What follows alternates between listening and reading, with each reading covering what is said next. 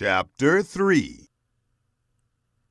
For behold, the Lord, Yahweh of armies, takes away from Jerusalem and from Judah supply and support, the whole supply of bread and the whole supply of water, the mighty man, the man of war, the judge, the prophet, the diviner, the elder, the captain of 50, the honorable man, the counselor, the skilled craftsman, and the clever enchanter. I will give boys to be their princes, and children shall rule over them. The people will be oppressed, everyone by another, and everyone by his neighbor. The child will behave himself proudly against the old man, and the wicked against the honorable. Indeed, a man shall take hold of his brother in the house of his father, saying, You have clothing, you be our ruler, and let this ruin be under your hand.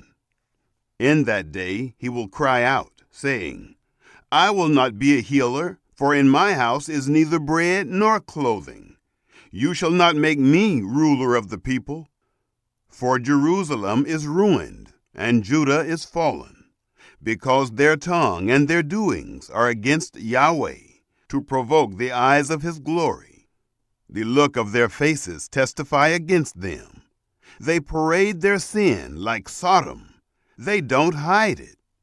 Woe to their soul, for they have brought disaster upon themselves. Tell the righteous, Good, for they shall eat the fruit of their deeds. Woe to the wicked, disaster is upon them, for the deeds of his hands will be paid back to him. As for my people, children are their oppressors, and women rule over them. My people, those who lead you cause you to err, and destroy the way of your paths. Yahweh stands up to contend, and stands to judge the peoples. Yahweh will enter into judgment with the elders of his people, and their leaders. It is you who have eaten up the vineyard. The plunder of the poor is in your houses. What do you mean that you crush my people and grind the face of the poor, says the Lord, Yahweh of armies? Moreover, Yahweh said, Because the daughters of Zion are arrogant, and walk with outstretched necks and flirting eyes, walking to trip as they go, jingling ornaments on their feet. Therefore the Lord brings sores on the crown of the head of the women of Zion, and Yahweh will make their scalps bald.